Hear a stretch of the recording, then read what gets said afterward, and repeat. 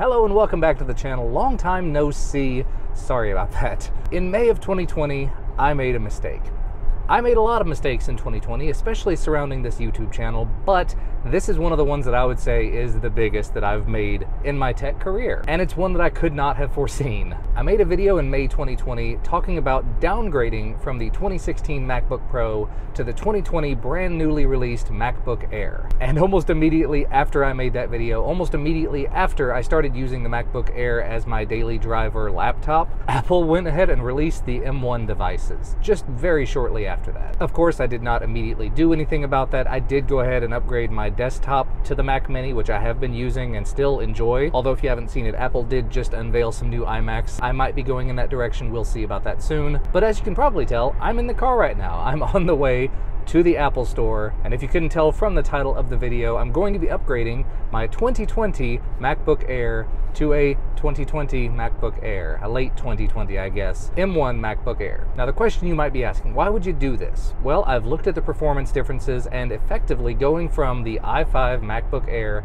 to the M1, even the lowest end M1, is something like a several 100% performance increase. It has a significantly better GPU, even though I'm buying the base model with the 7-core GPU. The M1 is significantly faster in terms of CPU performance, and even though I'm going with less RAM, again, base model, the M1 is much more efficient in terms of its RAM usage. So this should be a massive step forward. And the really nice part about it is Apple still has their trade-in program, which means that even though I paid $1,300 for the MacBook Air last year, minus $550 for the trade-in, so $750. They're giving me $760 in trade-in. Yes, I know it's been less than a year. $760 in trade-in for a $999 laptop. So effectively $260-ish for the upgrade a year later. I'm kind of okay with that, especially if I can actually complete this video. So at the moment I am heading to the Apple Store to pick up the new laptop. I have 2 weeks to get the old laptop wiped out, boxed up, and ready to ship off to Apple. Let's get to it.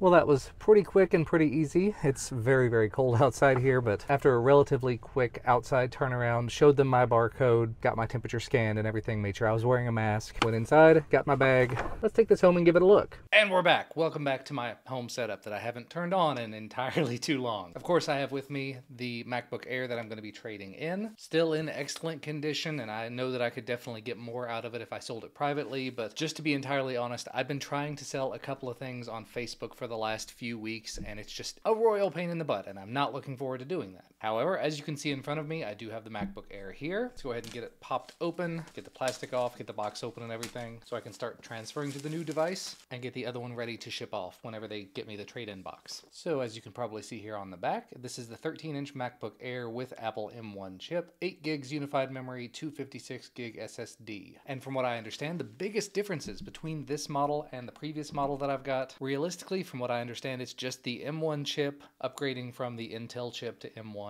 The RAM, I did have 16 gigs of RAM in the previous model. This one does have 8 gigs. Fit and finish, they should be practically identical. Same screen, same touchpad, same everything. But hopefully for this, what I would consider a $250 upgrade, hopefully the performance is going to be significantly better. Also, one thing to mention there, no fan in this new model. That's something that I have noticed with the previous MacBook Air is just watching a YouTube video. This thing, the fans will spin up, it gets hot, it gets super, super loud. The new one does not have a fan in it. Could be good, could be bad. I have heard that it does throttle after like 8 to 10 minutes, but again, there's no fan, so it's not going to get loud. And it doesn't get ridiculously hot, so maybe there's a trade-off there.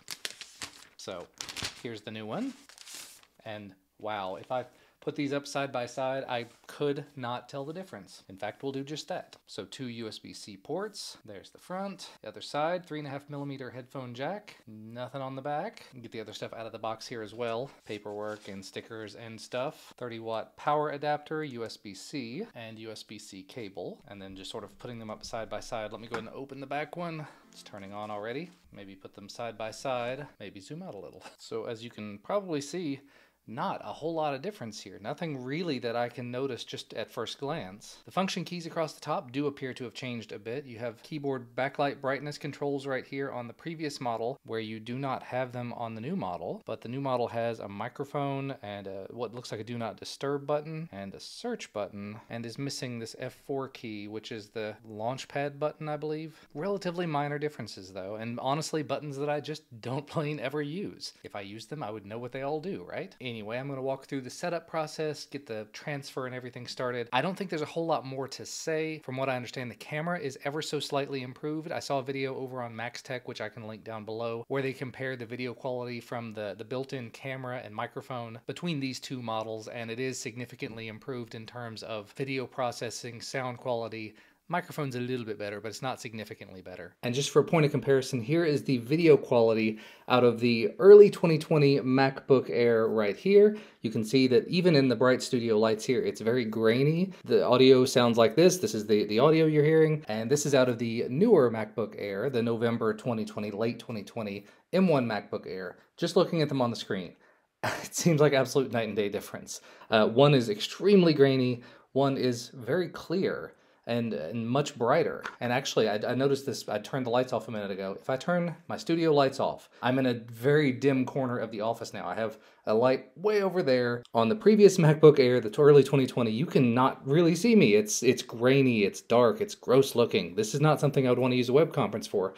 However, on the new one, still pretty grainy, but it's not as dark. You can very clearly see me. All my features are very detailed, but obviously more light the better. But I could see using something like this for web conferencing. I could see using it for a quick one-off video. That ain't bad. Also, just to throw it out there, I tested rendering all of the video that I've done up to this point. 7 minutes worth of video on the new MacBook Air took 3.5 minutes. On the old MacBook Air took 7 minutes. So it was 2-to-1 versus 1-to-1. That is a 100% performance improvement, in my opinion, the way that I use it. Significant. And I think that's the majority of the comparison I can do. I am going to spend some time with it, but I'm not going to run those generic benchmarks. This is something that came out November of last year, so I'm a few months behind on that. You can always, again, take a look at the Max Tech videos. They've got like 20 videos about this device. I'm looking forward to taking this on the go with me, using this when I go on trips, when we go on like a road trip with the family and such, when the world maybe goes back to normal someday, to be able to have a lot of power, just like I have with my desktop,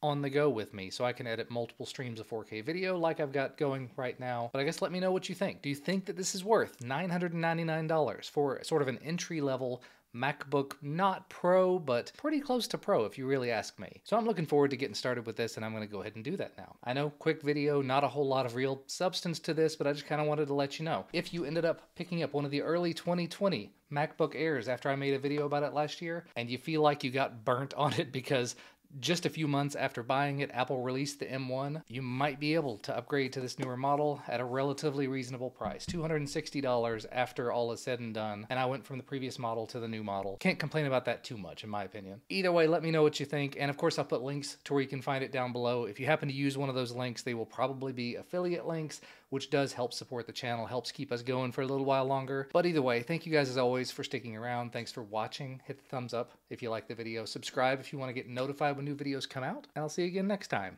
Bye, guys.